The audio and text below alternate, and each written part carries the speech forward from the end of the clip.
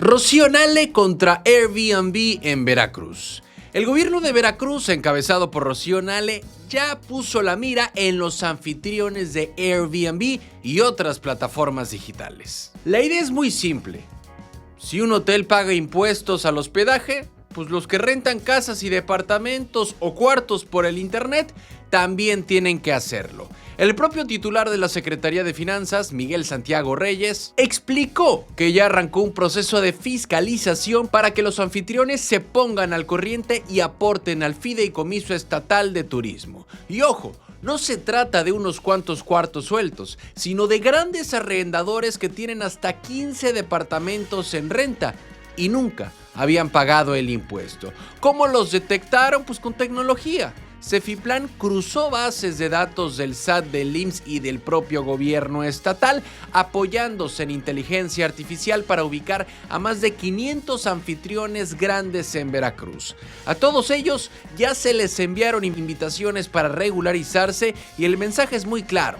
Primero diálogo, pero también justicia. Porque mientras los hoteles formales cargan con todos los impuestos, muchos anfitriones de plataformas estaban en la informalidad generando ingresos sin dejar un peso al erario estatal.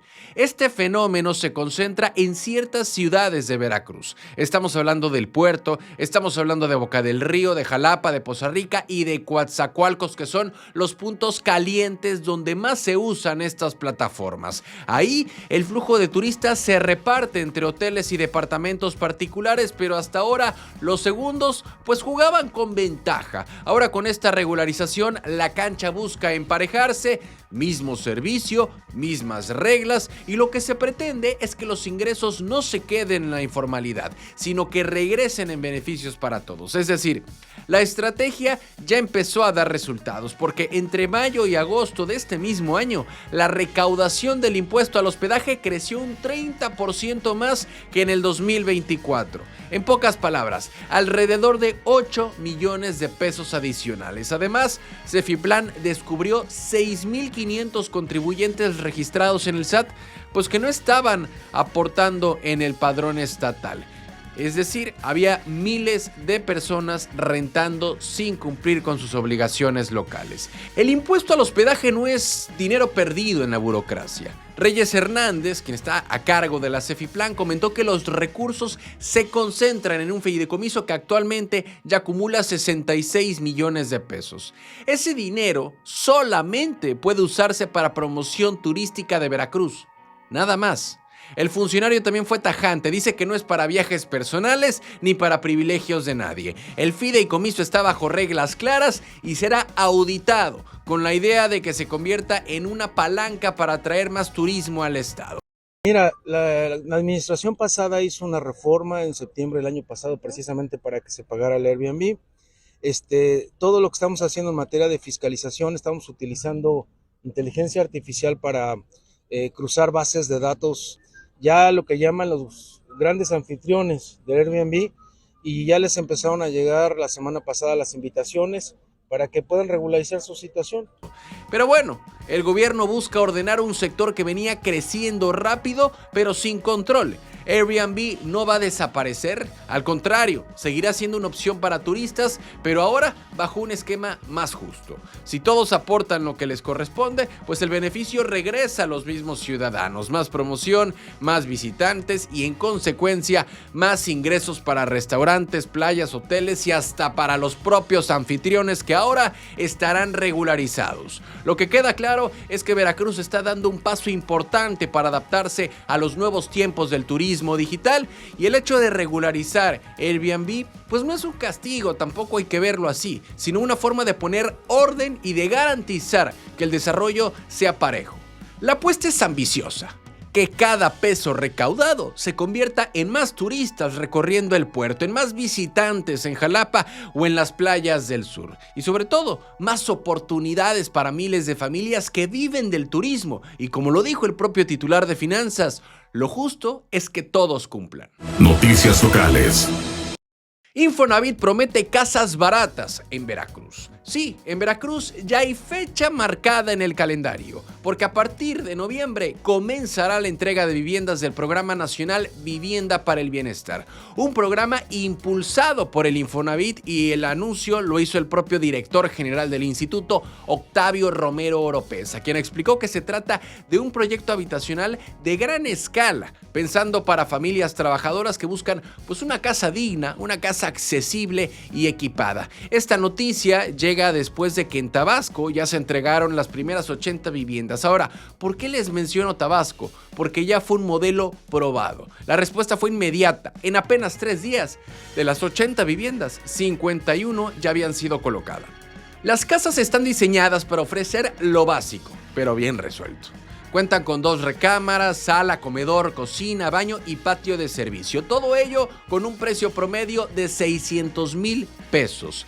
El objetivo es que no solo se trate de un techo, sino de un hogar digno pensado para quienes perciben ingresos bajos y muchas veces quedan fuera de la oferta inmobiliaria tradicional. Este esquema no se queda solamente en Tabasco. Este mismo mes comenzó a operar en Tamaulipas, en Michoacán, en Oaxaca, en Nuevo León, en Quintana Roo, por decirle algunos estados, y será en noviembre cuando entren en la lista Durango, Guanajuato, Zacatecas y Veracruz, por supuesto, lo que pone al estado veracruzano como uno de los beneficiados en la primera etapa de este ambicioso programa federal. Y para poder acceder a una vivienda bajo este modelo, pues se deben cumplir ciertos requisitos. Primero, antes que nada, pues tener un empleo formal. Segundo, el percibir entre 1 y 2 salarios mínimos. También no ser propietario de otra casa, y en el caso de los jóvenes, contar con al menos 6 meses de cotización en el Infonavit.